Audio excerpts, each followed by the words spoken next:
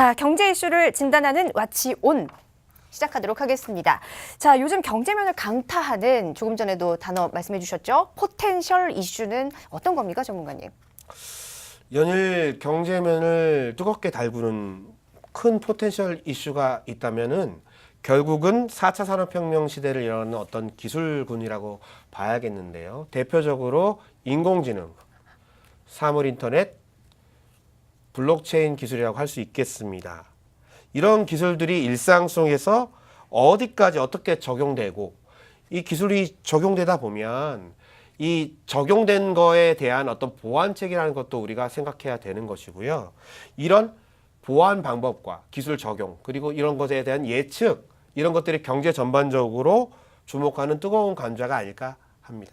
네, 사실 요즘에 4차 산업혁명과 함께 이 IT 기술이 우리 생활 전반을 좀 바꾸고 있다라는 부분은 분명한 것 같습니다. 그런데 보통 이 기술적인 분야는 전문가들이 좀 연구를 해가는 부분이잖아요. 자, 그런데 IT 기술과 경제가 실질적으로 어떤 이 상관관계를 가질지 이 부분이 궁금합니다. 매우 상관관계를 가졌다고 할 수 있겠죠. 예를 들어서 어떤 기술이 뚝 나왔는데 이 기술이 경제 혹은 사회와 연관 없이 그냥 기술만 존재한다면은 이 기술이 아무런 의미가 없는 겁니다.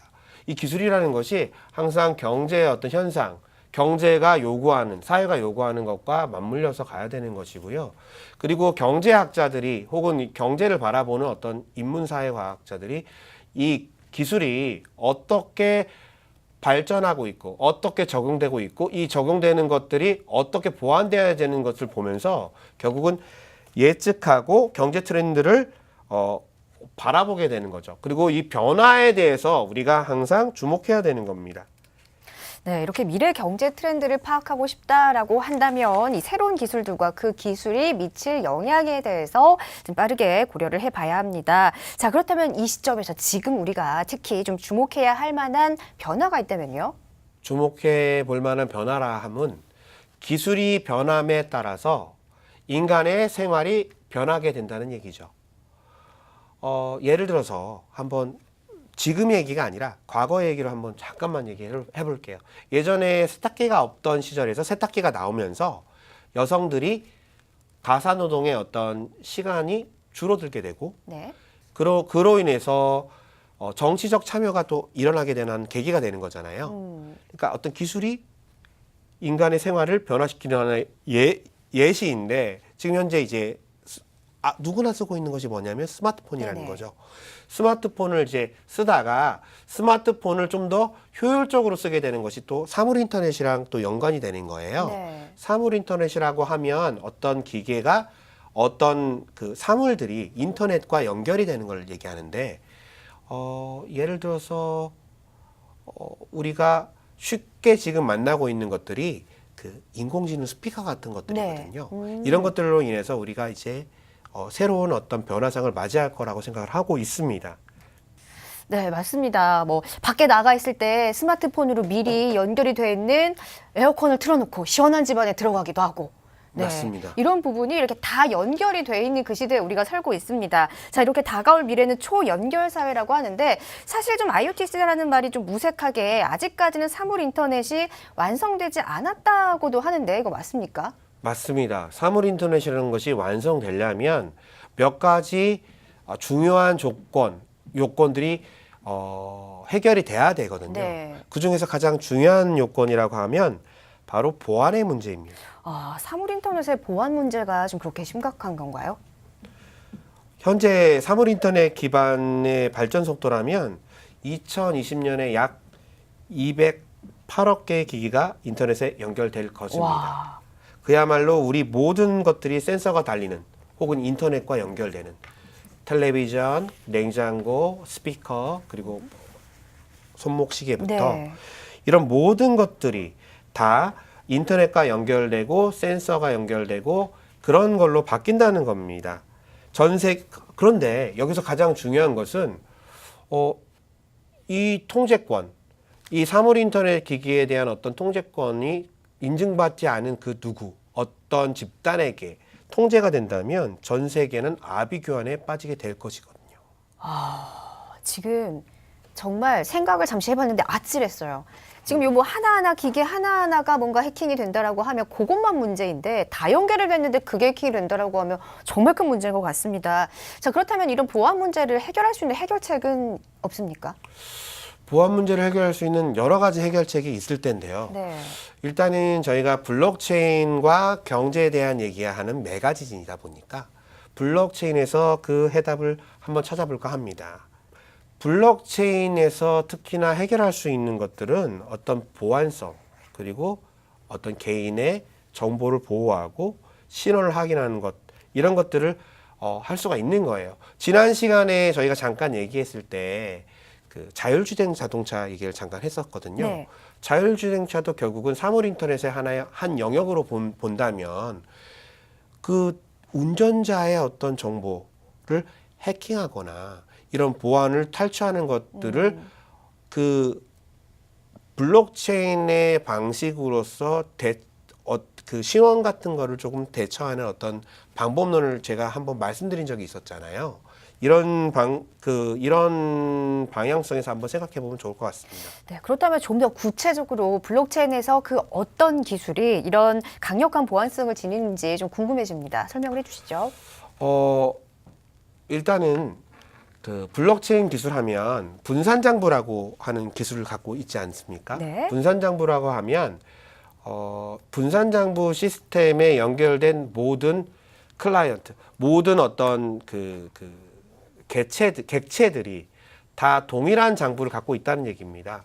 이 동일한 장부에 어떠한 정보를 예를 들어서 이 거래를 나중에 거래란 트랜잭션이라는 얘기를 할 텐데 트랜잭션이 일어날 때 그 트랜잭션 안에다가 저희가 어떤 정보를 기재하게 돼요.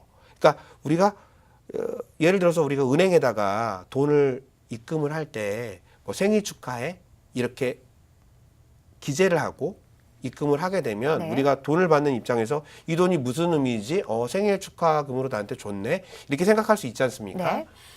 그런데 이제 블록체인에 있는 이 저장을 하는 그 기재소는 공간이 상당히 이 어떤 일정한 공간보다 좀 넓어요. 크다고 봐야 되거든요. 여기에다가 어떠한 정보를 기재하는 거죠. 어떤 기록을 전송하고 이 기록에다가 나의 개인 신상 정보를 저장하게 되면 이것이 어떤 제3자 인증 시스템, 즉 국가라든지 혹은 어떤 중앙 기관으로부터 인증을 받지 않더라도 누구나 그 정보를 다 분산해서 가지고 있어요. 그러다 보니까 인터넷이 연결되지 않는 상황이라도 이 정보가 과연 나의 신원 정보인지 다른 사람의 신원 정보인지를 알 수 있게 되는 거예요. 가장 중요한 것은 분산장부 기술로 인터넷의 중앙에 연결되지 않은 상태일지라도 나의 정보를 인증해 줄 수 있다는 거. 이것이 바로 분산장부의 가장 기본적인 장점인 것이죠. 그리고 이 분산장부에 기재되어 있는 정보의 실제 주인, 나를 인증을 해야 되잖아요. 네. 이게 단순히 어떤 조회를 하는 기능을 떠나서 이것이 나라는 걸 인증할 때 어떤 개인 키라는 것이 있어요.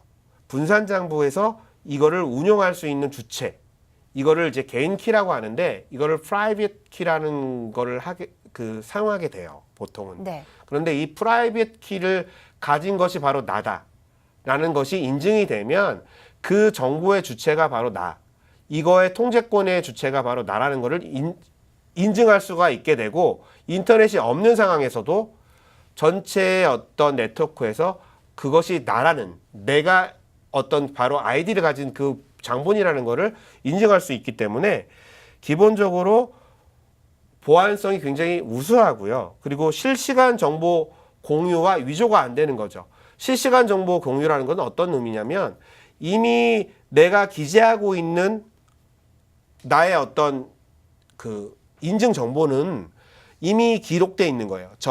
제 어떤 컴퓨터 안에 네. 이미 있는 거예요. 인터넷에서 찾아오는 것이 아니기 때문에. 그래서 빠르게 저희가 검색을 할 수가 있는 것이고요. 그리고 그러다 보니까 이거에 대한 보안성이 높아지는 겁니다. 그리고 이것을 위조를 못하는 것은 전체 분산장부가 다 동일한 장부를 갖고 있는 거예요. 네. 내가 나만의 정보를 갖고 있는 것이 아니라 다른 사람의 정보를 다 갖고 있어요. 이 안에. 그리고 홍민희님의 예를 들어서 우리가 같은 저도 자동차를 하나 갖고 있고 홍민희님도 자동차를 하나 갖고 있어요. 아니 IoT 기기를 하나씩 갖고 있어요. 근데 이거 인터넷이 해지된 상황에서 이쪽에서 뭔가 이렇게 접근하려고 할 때 제 정보를 갖고 있다니까요. 그러다 보니까 서로 인증이 되는 거예요. 네. 그런 어떤 보안 기술을 갖고 있는 거죠. 네, 이렇게 기존의 이 IoT의 편리함, 여기에다가 문제가 됐던 거는 이제 보안의 문제인데 여기에 블록체인의 이 안정성 두 기술이 결합이 된다면 이 시너지 효과는 어마어마할 것 같습니다. 자, 그렇다면 앞으로 이 사물 인터넷에 기대를 할 수 있는 경제 효과, 이 부분은 좀 얼마만큼일까요? 어느 조사에 따르면 다가오는 2025년 사물 인터넷의 경제 수요 규모가 3조 9천억 달러에서 11조 1천억 달러 규모로 될 것으로 예상하고 있습니다. 네, 제가 이제 파악한 바에 따르면 맥킨젠 컴퍼니 글로벌 연구소에서 이렇게 네, 파악을 한 맞습니다. 자료입니다. 네. 자, 모든 기술은 사람들이 이 불편함을 해소할 수 있는 방법을 찾으면서 발전을 합니다. 가능한 위험을 줄이면서 그리고 효과적으로 우리 일상에 적용될 수 있는 방법을 고민해 봐야겠죠. 이상 경제 이슈를 짚어보는 와치온이었습니다.